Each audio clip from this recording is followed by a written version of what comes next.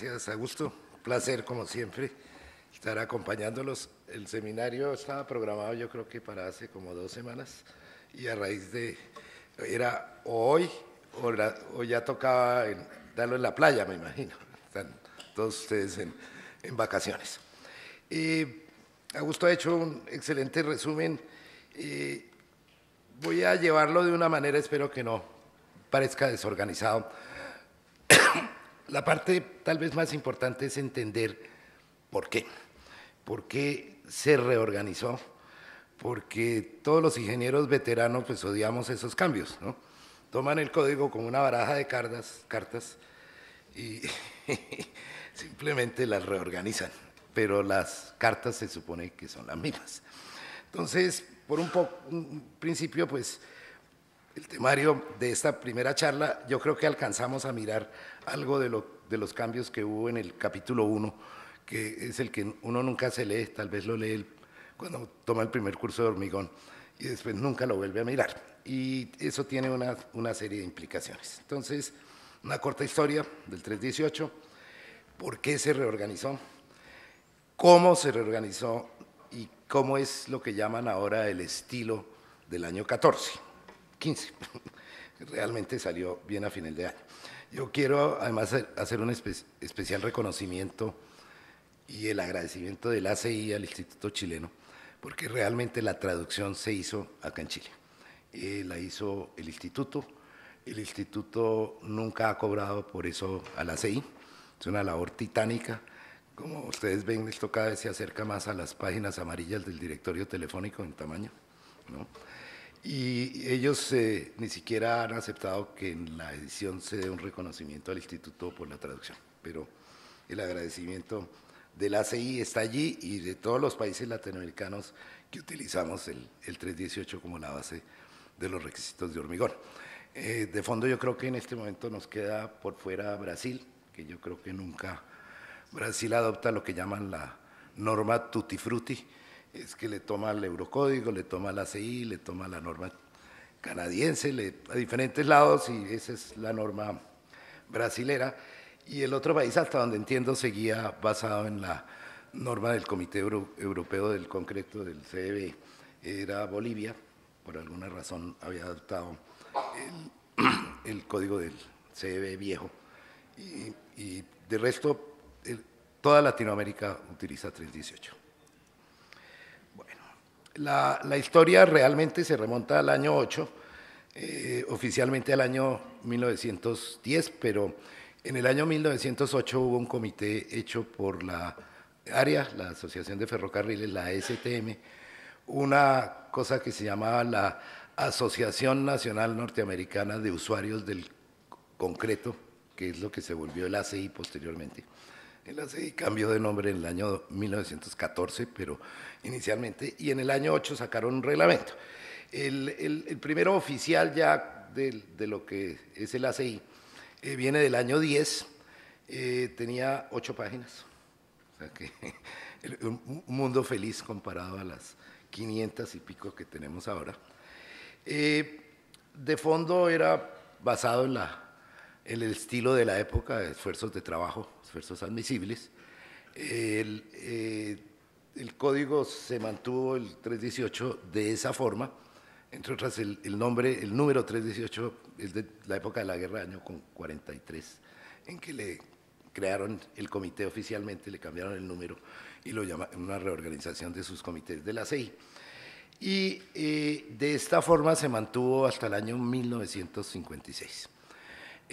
Como un documento dedicado, concreto, reforzado, preesforzado no figuraba en el panorama, y todo basado en esfuerzos admisibles, esfuerzos de trabajo.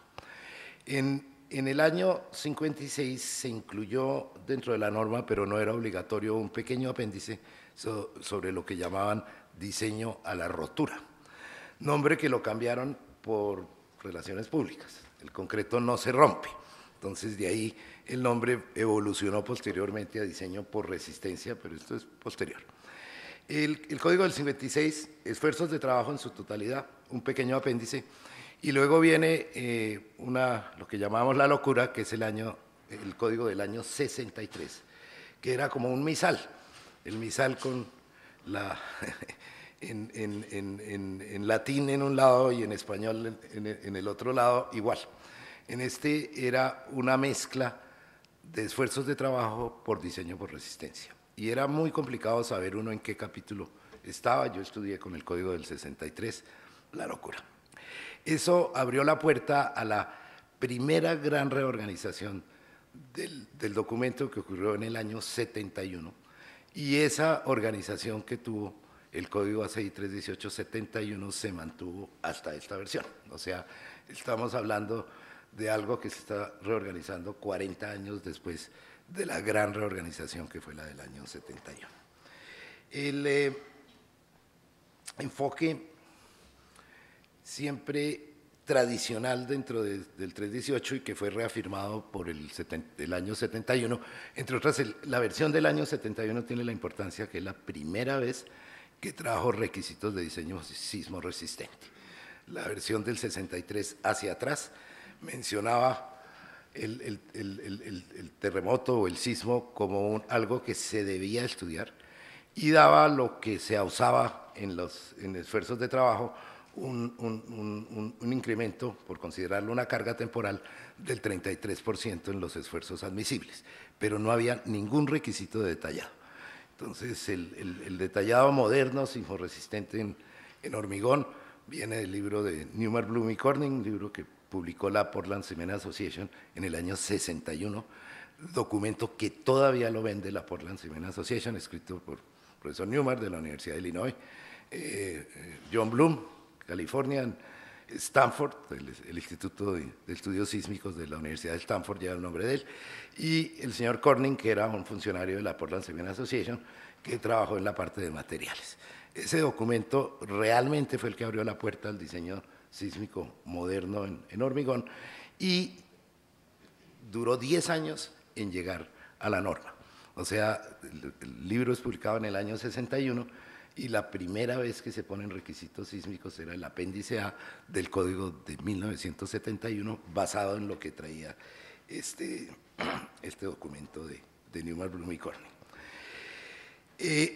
A partir del año 71 viene una serie de cambios en el reglamento de cosas nuevas, entre esas se cambió la filosofía o la forma como se enfocaba o como se enfocan las longitudes de desarrollo, muy criticado.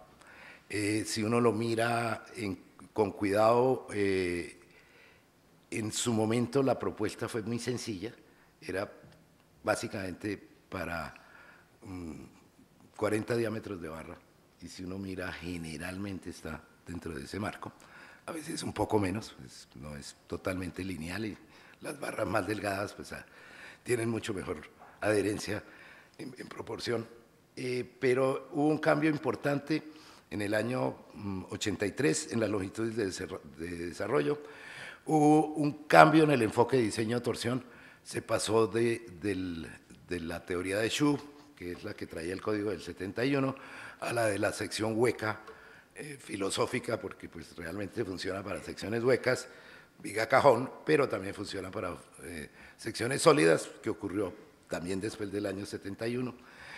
Grandes cambios en el diseño sísmico, especialmente la aparición de las zonas intermedias o del detallado intermedio, cosa que todavía está muy limitado dentro de lo que tiene enfocado el ACI 318 y que está perfectamente dentro de lo que Augusto comentaba de algo que se viene a trabajar.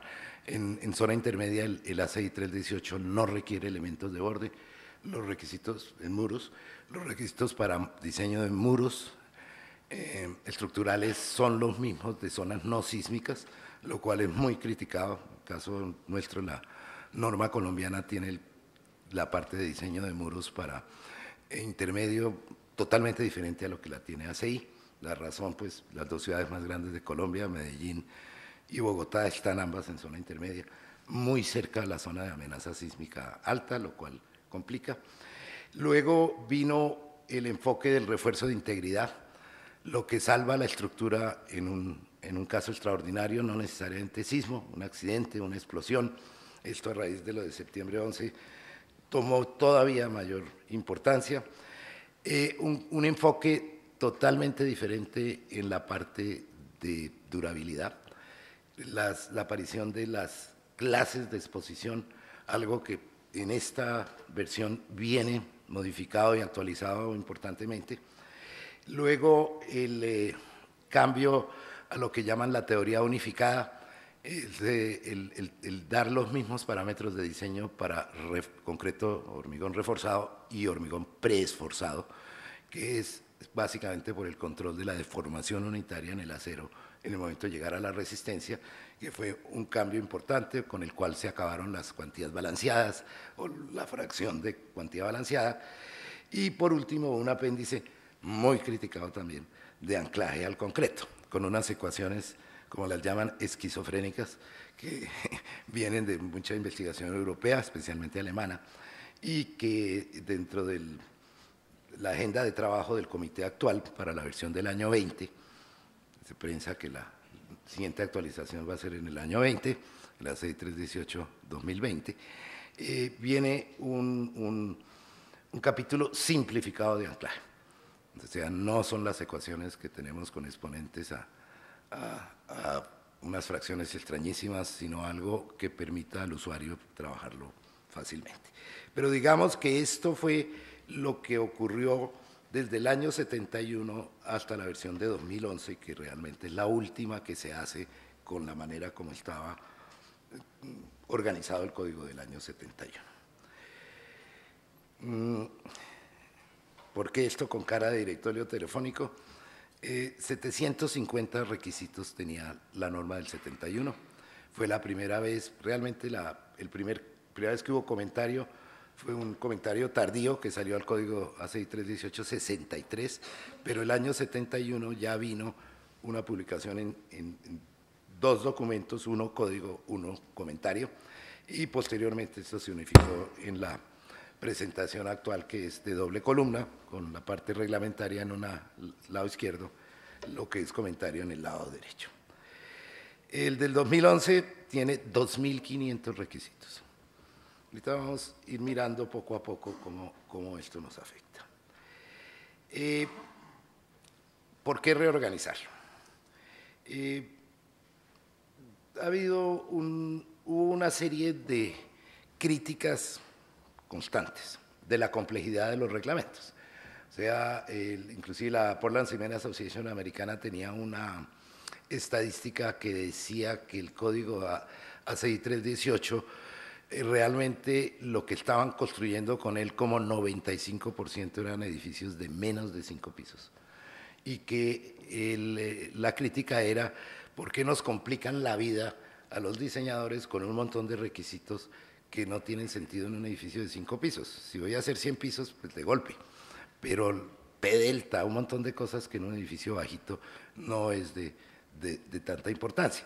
Y esa crítica caló y hubo un experimento que inició en Latinoamérica, que fue lo que se llamó el IPS-1, un documento que apareció en el año 2002, que era un código simplificado. Acá se presentó en Santiago, realmente fue un esfuerzo que hicieron 3 instituciones en Colombia, fue el documento que más se vendió el ACI en el año 2003, y había versión en inglés, en español, y era un código simplificado, organizado por elementos. O sea, la filosofía era que el diseñador encontrara la información en el orden que la necesitaba, y no en un orden por allá macabro que era buscar cada caso era muy difícil. Entonces, la organización del 71 básicamente centraba todo en los capítulos del 7 al 12, algo muy primitivo de análisis. Yo creo que el ACI realmente no actualizaba la parte de análisis hasta ahora, desde los años 30, basado en una serie de conceptos totalmente simplificados, sencillos. En ningún momento reconocía que habían aparecido metodologías como, por ejemplo, los elementos finitos. No decía que no se usaran, pero no daba ninguna guía en su uso. Entonces teníamos algo sobre análisis, estaba en el capítulo 8, muy primitivo. Algo sobre funcionamiento de flexiones, cómo calcularlas en el capítulo 9, estoy hablando de lo que funcionó hasta la versión del 2011. Luego, un capítulo de resistencia a flexión, luego a cortante, luego desarrollo del refuerzo y el detallado del refuerzo, todo mezclado y todo mezclado para todos los tipos de elementos. Esto digamos que era el enfoque hasta el año 11. Para dar una idea de esto, pues miremos la parte de columnas. Entonces, la parte de resistencia cortante estaba en el capítulo 11. Resistencia a flexión y carga axial en el 10. Factores de reducción de resistencia, los FIS, había que buscarlos en el capítulo 9. Que había que ponerle estribos al nudo, había que irse al capítulo 11. Que cómo era el detallado de la barra en el cambio de sección, entonces había que mirarlo en el capítulo 7. Los empalmes por traslapo del refuerzo longitudinal en el capítulo 12. La separación de estribos en el 7. Estaba estribos, espiral, y la parte de recubrimiento también en el 7. Entonces, el entrenamiento al ingeniero para diseñar una columna era, pues sí, yo creo que el ingeniero debe leerse todo el código, eso sobre eso no hay duda, pero ¿qué tan hábil es para encontrarlo? Y cómo maneja o las excepciones o cómo le saca mejor partido a los requisitos, pues el señor tenía que tener en su cabeza todo el código a la vez. Yo creo que esa, de fondo, yo diría era la crítica importante. Entonces, ¿cómo estaba especializado esto? Losas en dos direcciones, capítulo 13, básicamente para losas planas, el flat slate norteamericano, sin vigas. Algo tenía sobre las vigas, tenía un enfoque interesante, se mantiene en la norma nueva de cómo maneja uno el tema de una losa con viguetas en dos direcciones, cómo es el tema de la interacción torsión-flexión en la losa en dos direcciones, muy interesante. Pero inmediatamente ve uno el vacío, y donde hablaban de losas en una dirección. Esto estaba perdido difusamente en la inmensidad. Algunos países en la adopción del 318 cambiaron el capítulo 13. En el caso colombiano, la norma, el capítulo 13 de la norma vigente en este momento es de losas en una y dos direcciones, porque todo el mundo decía, bueno, y estas los pórticos losa columna son prohibidos para las zonas sísmicas intermedias y altas en Colombia. Y eso es lo que cubre el capítulo 13. Siempre hubo esa crítica y por eso se modificó. Cimentaciones, capítulo 15, pero si ustedes lo miran con cuidado, es zapatas. Algo sobre losas de cimentaciones. Capítulo 16 para prefabricados, 18 para preesforzado, pero el preesforzado como una identidad aparte, cosa que se había cambiado desde años atrás. Al código 318 le cambiaron el nombre de requisitos para concreto reforzado a requisitos para concreto estructural cuando apareció el sistema unificado de diseño. Entonces, esto como que tuviéramos el preesforzado aparte en un capítulo contradecía la filosofía de que el concreto es el mismo, preesforzado y reforzado. Y todo lo de sismoresistencia en el capítulo 21.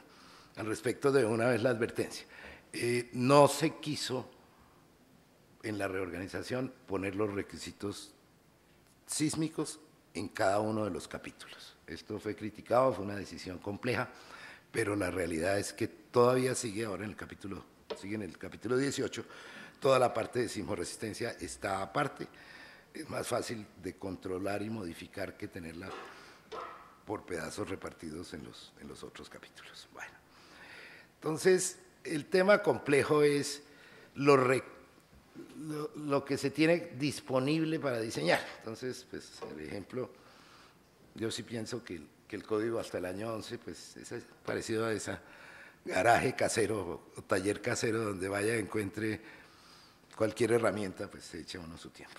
Bueno, ¿cómo fue el proceso? La idea realmente surgió en el año 2003.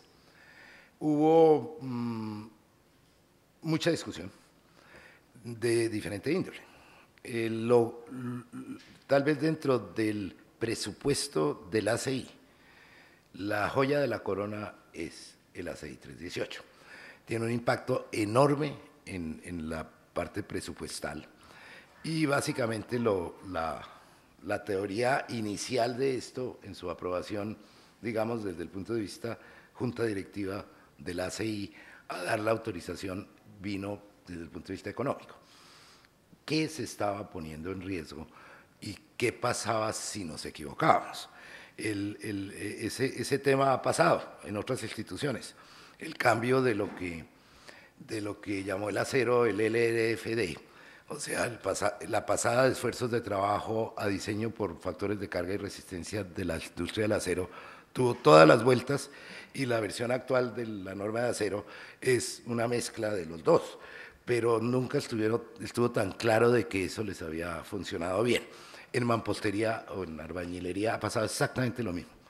Si ustedes miran, todavía sigue habiendo el capítulo de esfuerzos de trabajo muy claramente metido allí y mucha gente diseña por esfuerzos de trabajo. Yo creo que en las zonas sísmicas no, pero la tendencia es hacerlo. O sea que esto era algo que otros materiales ya habían experimentado y no ha sido tan claro que ha sido exitoso. Entonces vino toda una serie de encuestas, reuniones, muchas reuniones para discutir filosofía de cómo se hacía la modernización y de fondo le pararon muchas bolas a los diseñadores. O sea, la queja de fondo vino de los diseñadores. No encontramos las cosas fáciles, no es tan claro cómo son las excepciones, el alcance mismo de lo que se puede hacer con cada requisito no es tan claro. ¿Qué cubre? Si yo tomo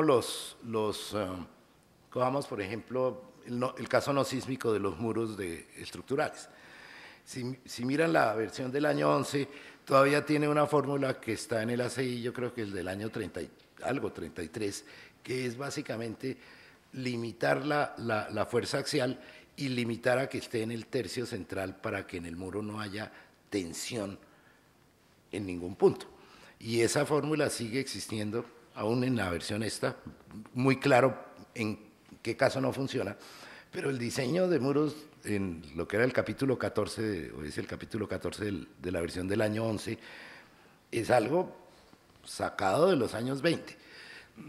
No era nada moderno. Bueno, para el año 2007 ya se desarrolló el primer plan de temas de cómo se debe enfocar y en el año 2008 el ACI 318 en pleno aprueba la modificación o la reorganización del 318.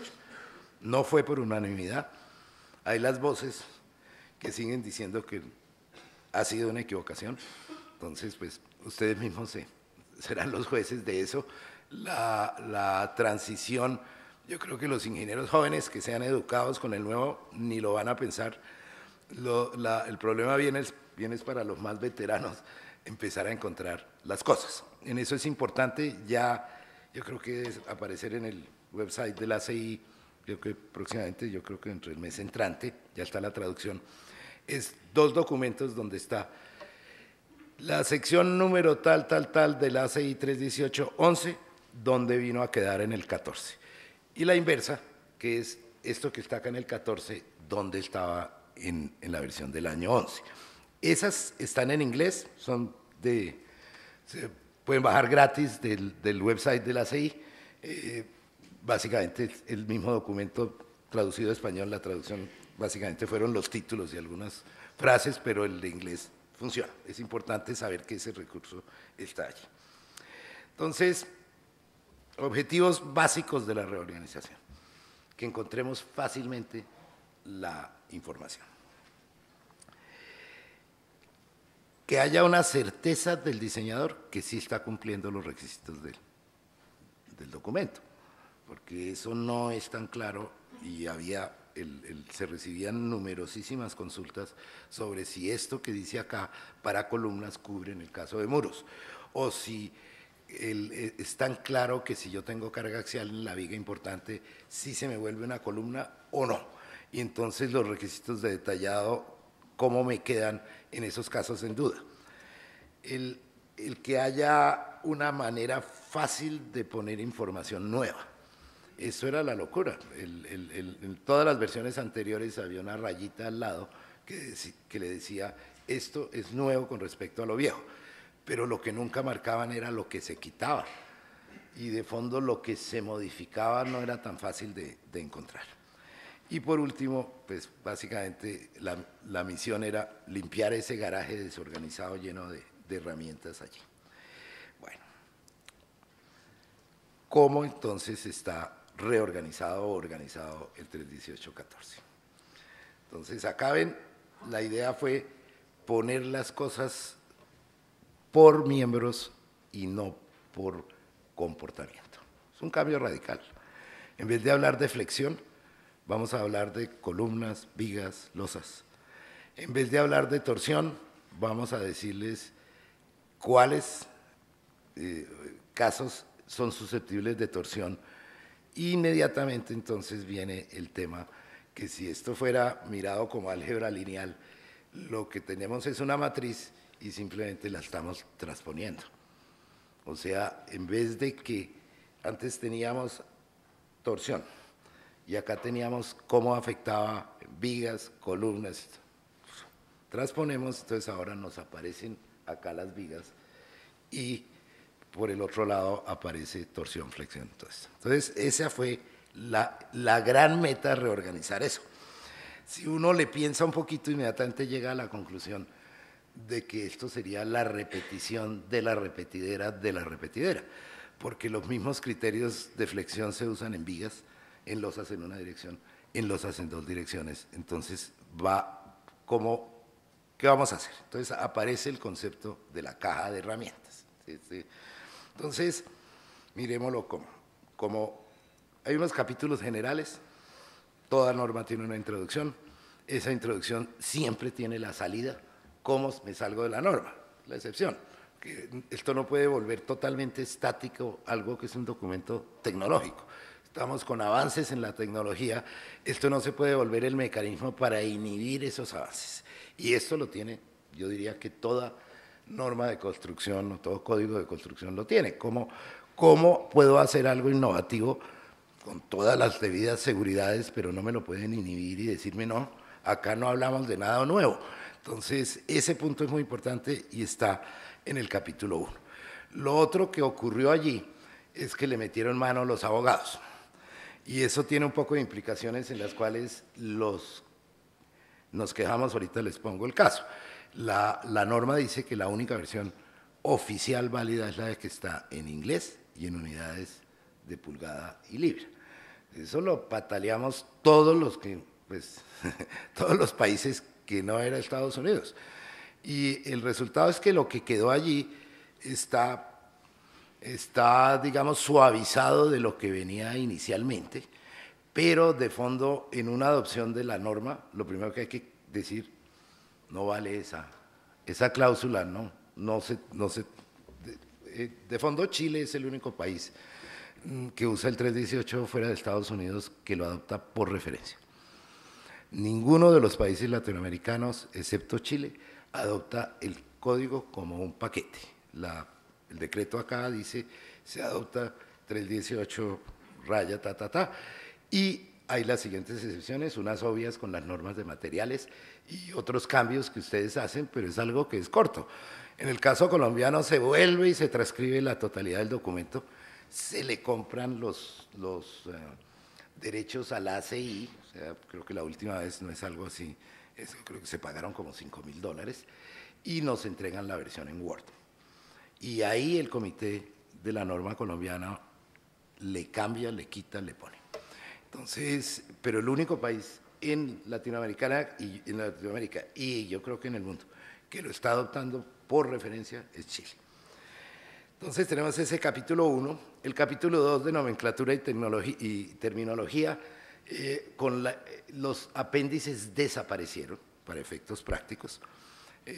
Hubo apéndices que manejaban todavía el esfuerzos de trabajo, el anclaje al concreto, la parte de manejo de todos los anclajes estaba en el apéndice D. Había una serie de apéndices en la versión anterior, en esta desaparecen, y básicamente el acuerdo interno del comité es que eso se usaba como para ver a ver si el barco hacía agua o no. Entonces era una metodología de llevar cosas nuevas al código sin tener la responsabilidad de ponerla adentro. Eso producía absurdos. Había, como en Estados Unidos, la adopción de los códigos de construcción es a la larga de orden municipal. Dado el sistema federal lo adopta es cada municipio. Había municipios en California que no ponían, cuando la parte sísmica era el apéndice A, ponían el código 318 sin el apéndice A, o sea, por decreto derogaban al sismo, pero eso era un poco la... Y el tercero, las normas citadas, cosa que genera problema en la adopción en otros países. Una cosa es que la norma ASTM esté allí, otra cosa es que adoptar el documento sí, no hay ninguna garantía de que la norma de ASTM ha sido llevada a la institución de normalización nacional de la misma forma.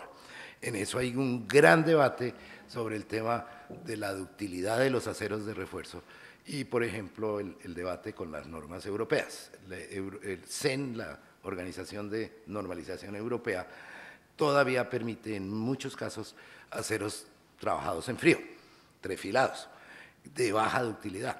El ACI no lo permite, solo en el caso de alambres, mallas electrosoldadas, hay ciertos casos en que se permite, pero de resto todas las aceros de refuerzo, lo que se llama acero corrugado, no puede ser trabajado en frío.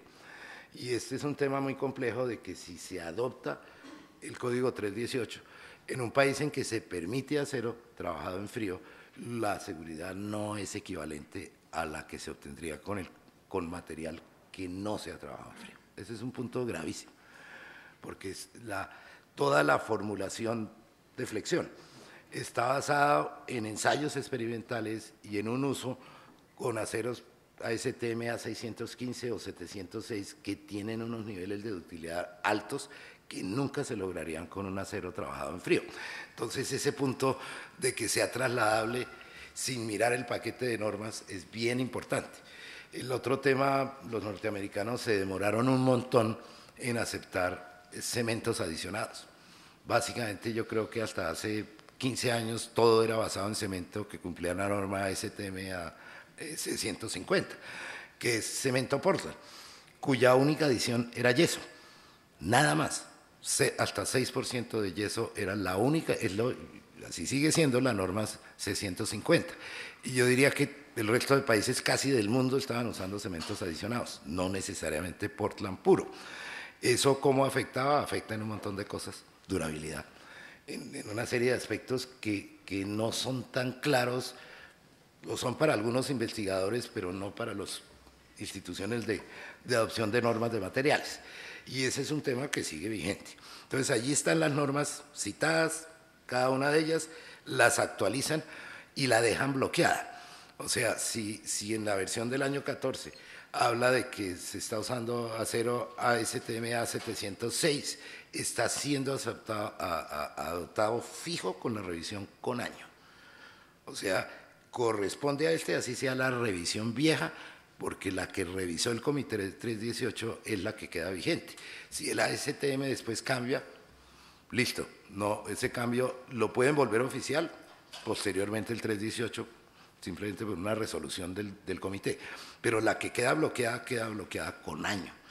Eso aumenta la pesadilla de la coordinación con los entes nacionales de normalización de materiales, claritico, más la presión que hay de poner normas ISO, lo cual tal vez es loable, hasta que uno conoce una cosa que se llama el Acuerdo de Viena, en el cual ISO firmó un acuerdo en Viena con los señores de CEN, en los cuales ISO prefiere, bajo cualquier circunstancia, normas europeas.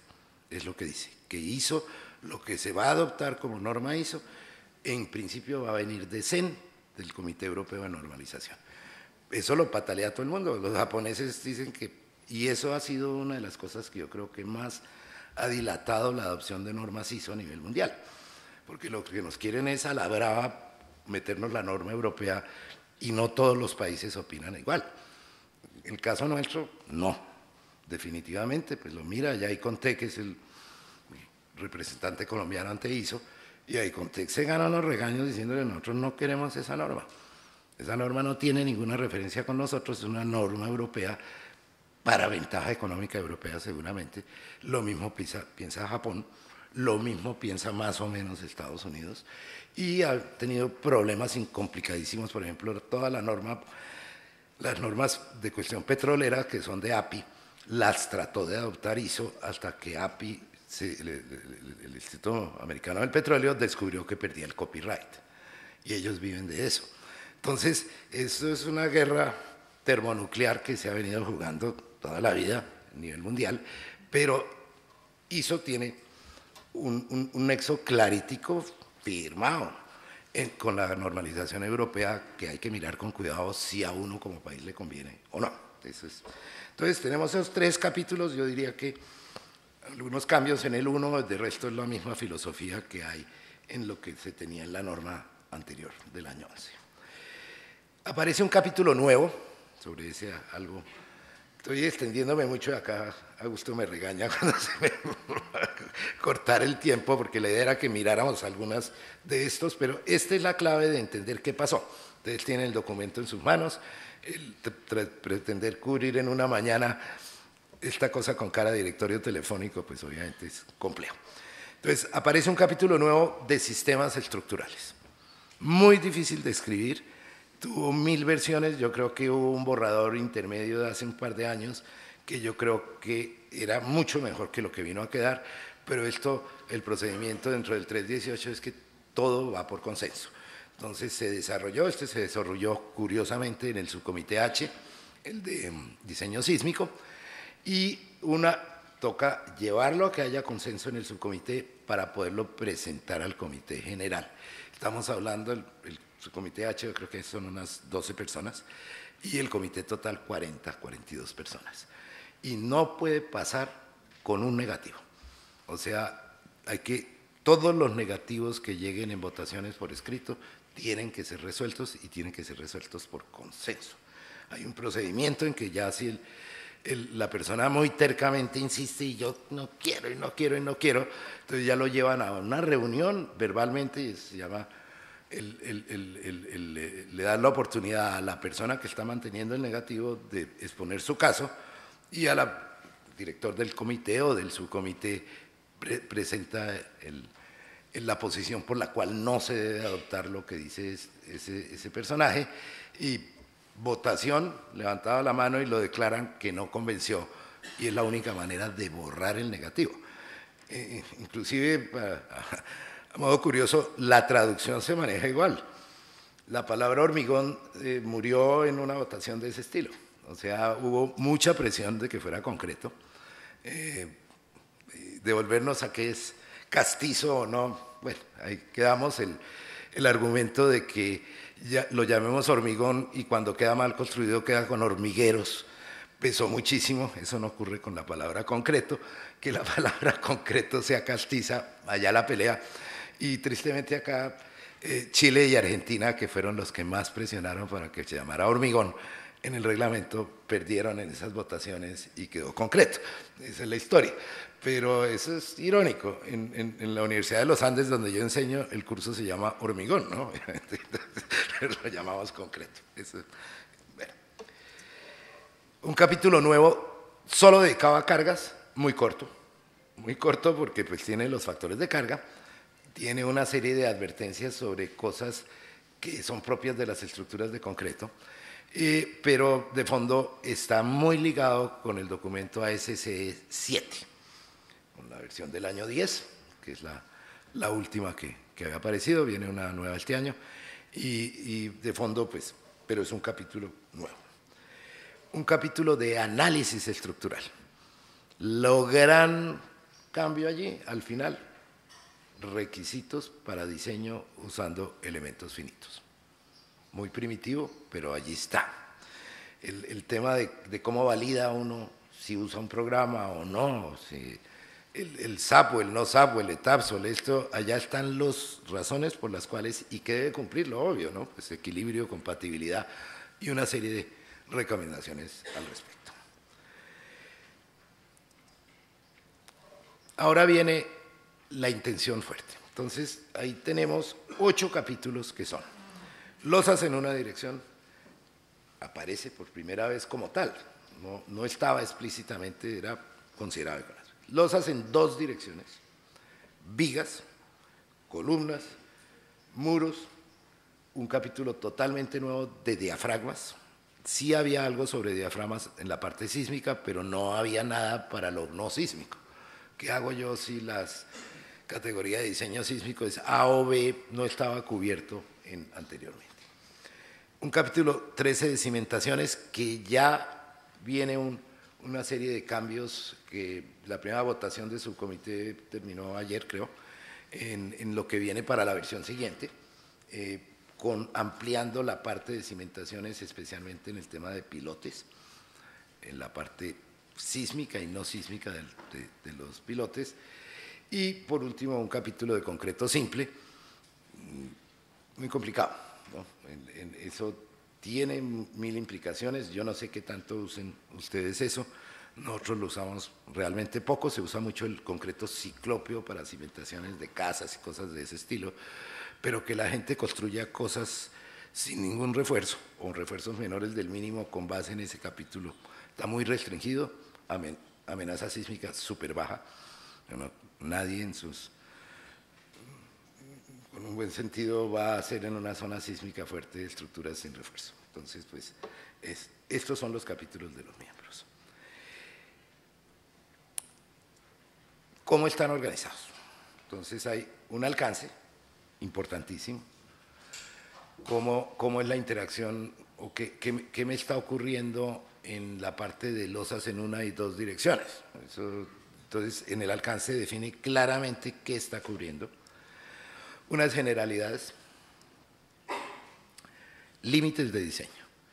No puedo tener más de esta sección, menos de esto, luces mayores de esto, no puedo, todos los no puedo de límites de eso. ¿Cuál es la resistencia requerida? ¿Cómo llego al U? ¿Cómo manejo el tema de los factores de carga? Todo esto para llegar a lo que requiero como resistencia para caer obviamente el siguiente, que es cómo calculo la resistencia de diseño, qué límites tengo para el refuerzo y cómo lo detallo para cada uno de ellos. Entonces ya no es que busque lo del capítulo 7 y en el 12 y en el 11, todos los temas están acá. Va a haber llamados a lo común. No, en cada capítulo no va a salir que los requisitos de recubrimiento, sino los están mandando a unos requisitos de recubrimiento comunes. Pero lo que sea solo propio para ese tipo de elemento está allí. Entonces, de fondo, encontrar las excepciones y poder tener la certeza de que se cumplió con el espíritu de la norma es muchísimo más fácil hacerlo ahora a lo que era antes. Entonces, y en algunos se agregan cosas especiales para ese tipo de elementos.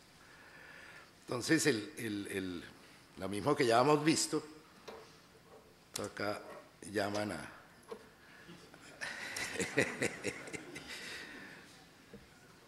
Entonces, ahora ven que mágicamente todo está en el capítulo 10 para la columna.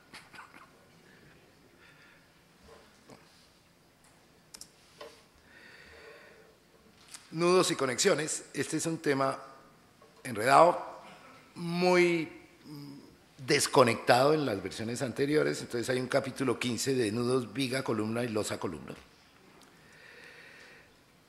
Otro 16 de conexiones entre miembros y uno de anclaje al concreto.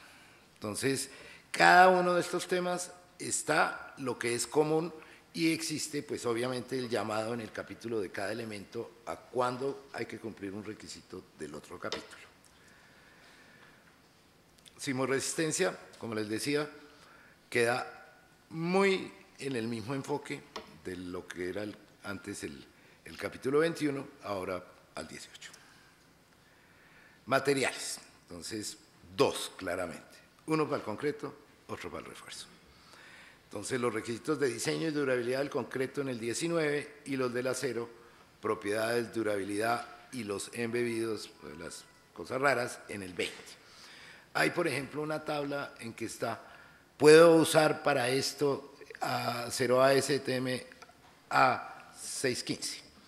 Entonces le dice sí, pero si llega a sismoresistencia tendría que cumplir esto y esto adicional claramente definido.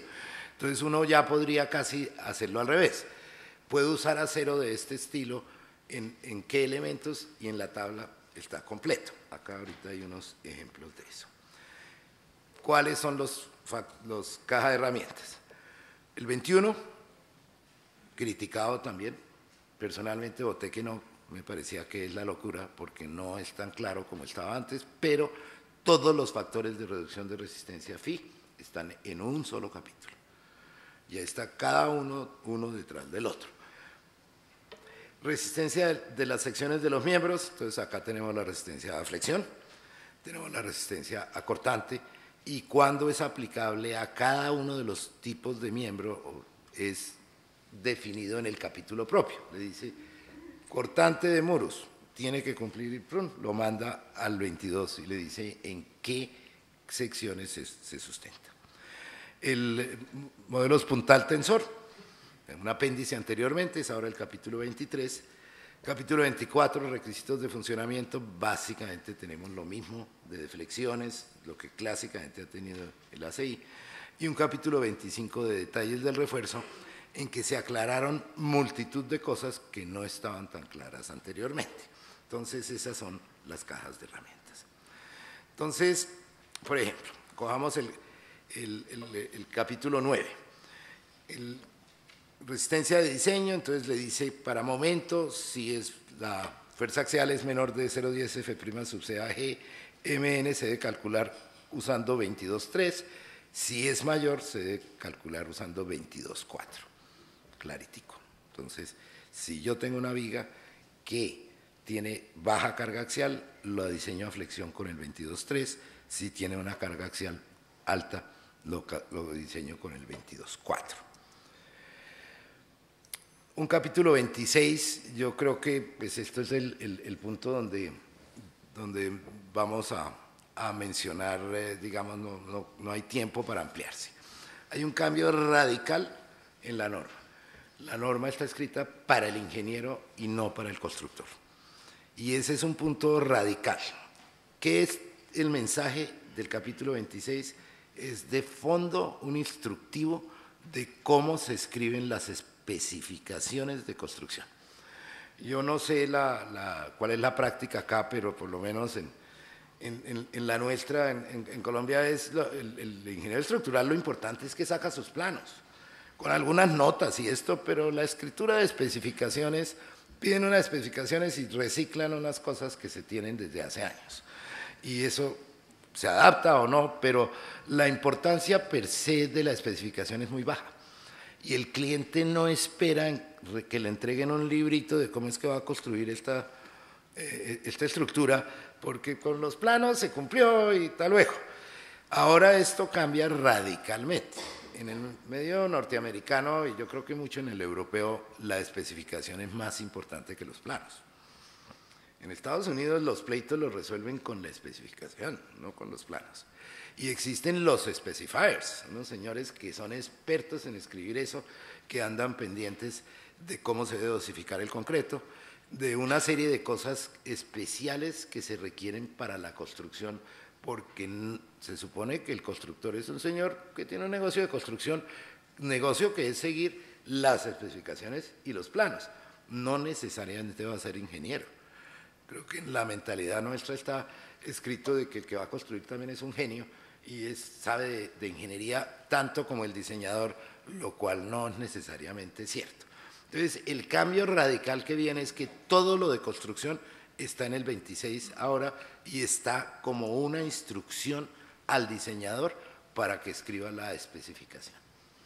Eso es un cambio fundamental, radical contra la práctica anterior. Y esto está entrelazado todo dentro del documento. Entonces, la adopción, en el caso nuestro, lo vamos a mirar con muchísimo cuidado, como si se adopta este 31814 de un solo totazo, o si vamos a hacerlo por partes. Porque creemos que va a obligar a una práctica que de golpe nos deja como un queso gruyère lleno de vacíos en algo que estaba enfocado de otra manera. Y se va a hacer con prudencia, o por lo menos esa es la intención, uno nunca sabe, De golpe el comité de la norma le entra la afán y lo producen, lo saca rápidamente, no sabemos, pero la intención hasta ahora es ir con calmita, sobre todo en la parte inicial.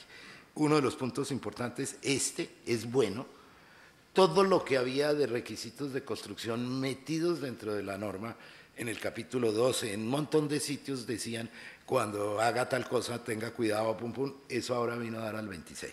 Eso es bueno, todo está allí, pero devuelve una responsabilidad al diseñador que no era tan evidente anteriormente. ¿Dónde llegaba el diseñador y dónde seguía la responsabilidad del constructor? En este momento la norma dice, nosotros no tenemos forma de exigirle nada al constructor. Al constructor lo que se le exige viene de lo que le exige el diseñador en su especificación. De resto no hay ninguna relación jurídica con lo que hace el constructor. O sea, el constructor desapareció del código.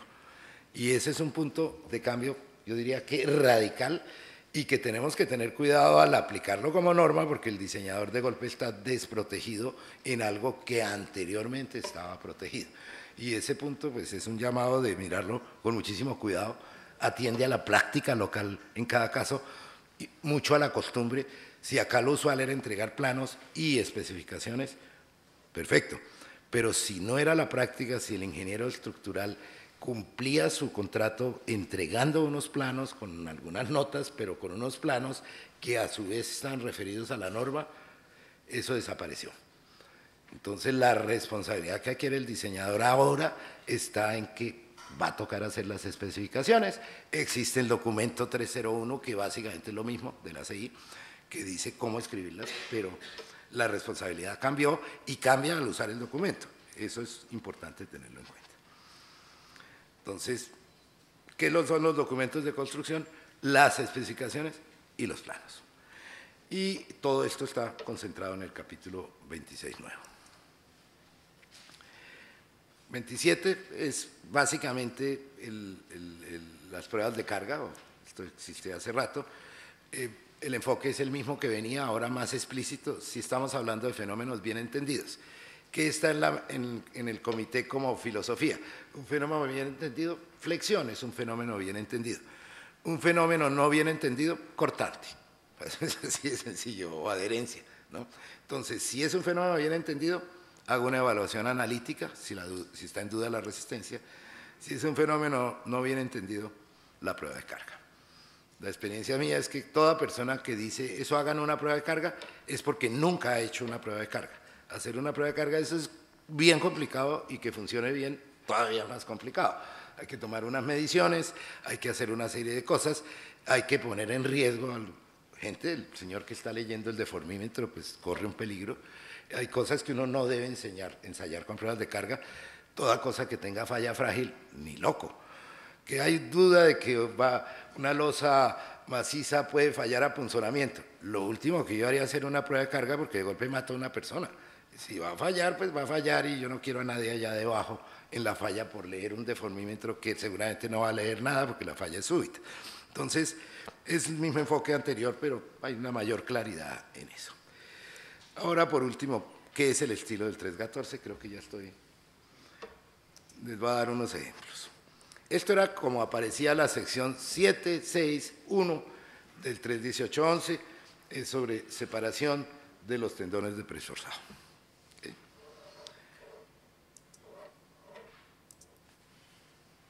Ahora, eso que gastaba uno una hora leyéndolo, tenía que tomar notas, grabación, dejar testimonio ante notario, ahora es una tablita.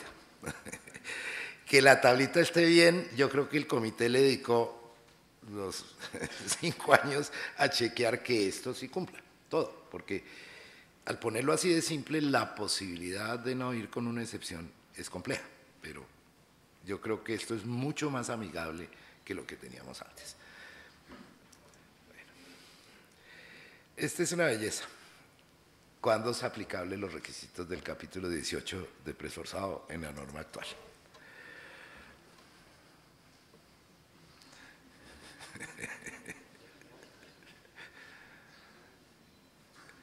Esas son las excepciones.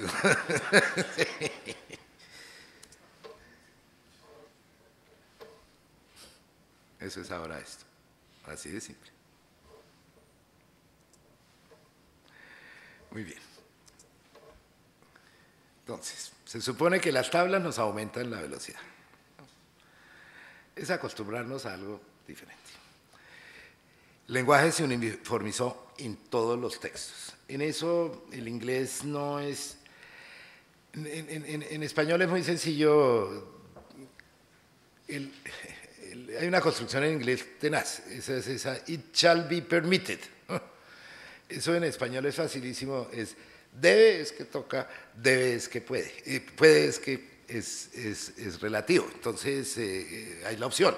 En inglés eso es enredadísima esa construcción para la persona que no es que no aprendió a hablar en inglés. La diferencia entre el shall y el should es cero. Para uno es lo mismo, pero no, en inglés el uno es imperativo, el otro no. ¿No? Es ahora se supone que solo hay un concepto por requisito. O sea, lo que le están diciendo es eso. No es más cosas a la vez porque empieza, y el español sí que se presta a unir la frase con la otra. Cuando lo hacen en inglés, definitivamente uno no entiende. Entonces, esto yo creo que es uno de los estos. Perfecto. No sé cómo Augusto va a manejar lo de las preguntas. ¿Quedaron ilustrados o debidamente asustados? Muy amables.